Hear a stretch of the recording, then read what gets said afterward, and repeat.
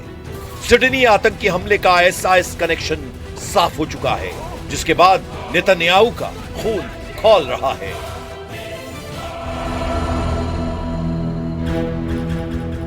אנחנו עומדים היום במערכה מול אנטישמיות עולמית, והדרך היחידה להילחם בה זה להוקיע אותה ולהילחם בה. אין דרך אחרת.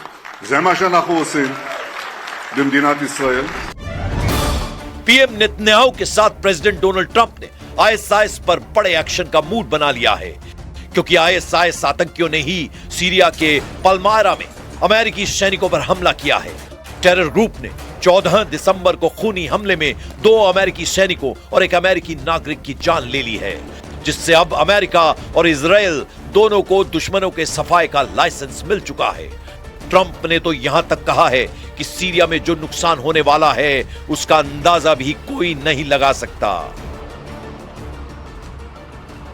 I can tell you in Syria there will be a lot of damage done to the people that did it. They got the person, the individual person, but there'll be big damage done. Syria में Trump के target पर ISIS के अड्डे हैं, terror group का साथ देने वाले भी हैं, लेकिन अल शरा उर्फ कमांडर जुलानी को डोनाल्ड ट्रंप ने अपने साथ ले लिया है। हालांकि इजराइल अल शरा पर भरोसा करने का जोखिम उठाने को तैयार नहीं है, क्योंकि अहमद अल शरा के आका तुर्की के राष्ट्रपति एर्दोआन कहे जाते हैं। एर्दोआन ने इजराइल को अपना सबसे कट्टर दुश्मन बना रखा है। इसकी वजह इजराइल का सीरिया में बफर जोन बनाकर बड़े हिस्से पर कब्जा है। वहीं अमेरिका के भी 1000 सैनिक सीरिया में तैनात हैं।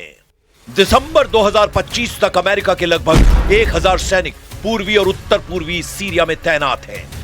अमेरिकी सेना कुर्द लड़ाकों की सीरियल डेमोक्रेटिक फोर्सेस के साथ मिलकर युद्ध लड़ती रही है, लेकिन बशर के तख्ता पलट के बाद अहमद अल शरा की सेना के साथ अमेरिका ने संयुक्त ऑपरेशन शुरू किया है। नवंबर 2025 में अहमद अल शरा ने व्हाइट हाउस का दौरा किया था, जिसके बाद अमेरिका ने सीरिया में दूतावास खोलने की अनुमति दी और 2019 में लगाए गए सारे प्रतिबंधों को हटा लिया।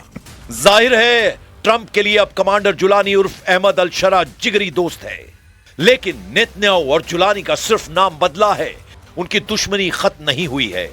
सिडनी टेरर अटैक के बाद सीरिया पर इजराइल के हमले का सायरन बज गया है। सीरिया ही नहीं, जहां भी आईएसआईएस का टेरर नेटवर्क फल फूल रहा है, वहां इजराइल बारूद बरसा सकता है। उत्तर पूर्वी सीरिया में 8000 से ज्यादा आईएसआईएस लड़ाके होने का अनुमान लगाया जाता है। इराक में 9000 से ज्यादा आईएसआईएस लड़ाकों के एक्टिव होने की रिपोर्ट अमेरिका ने जारी कर रखी है। एक अनुमान के मुताबिक खाड़ी देशों में आईएसआईएस के पास 5000 से 7000 लड़ाके अब भी सक्रिय हैं। इतना ही नहीं, बम बारूद बांधकर मौत बांटने की सनक के साथ दुनिया के कई देशों में आईएसआईएस का नेटवर्क साइलेंट मोड में एक्टिव है। आईएसआईएस और अल कायदा आतंकियों ने गठजोड़ कर अपने लड़ाकों का विश्वव्यापी स्लीपर सेल बना रखा है। सिडनी आतंकी हमले को अंजाम देने वाले साजिद और नवीद अकरम ऐसे ही स्लीपर सेल के सदस्य बताए जा रहे हैं। इजराइल ने अपने दुश्मनों को पहचान लिया है। इजराइल को अपने दुश्मनों के पते ठिकाने अच्छी तरह मालूम है। इजराइल दुश्मन से कैसे बदला लेता है इसे बताने की जरूरत नहीं, लेकिन इस बार इजराइल किसी लड़ाका ग्रुप की जगह उन देशों को दहलाने के मूड में है जिन्होंने आतंक को पनाह दे रखी है। इसीलिए इजराइल के साथ दुश्मन देश अलर्ट है, क्योंकि इस बार इजराइल जब मारना शुरू करेगा तो रहम की कोई गुंजाइश नहीं होगी। वजह है सिडनी आतंकियों के पास से मिले आईएसआईएस के काले झंडे। वजह है सिडनी के शैतानों के दिमाग में भरा इजराइल के लिए जहर। इसीलिए नेतन्याहू और डोनाल्ड ट्रंप ने आतंक पर डबल प्रहार का ऐलान किया है।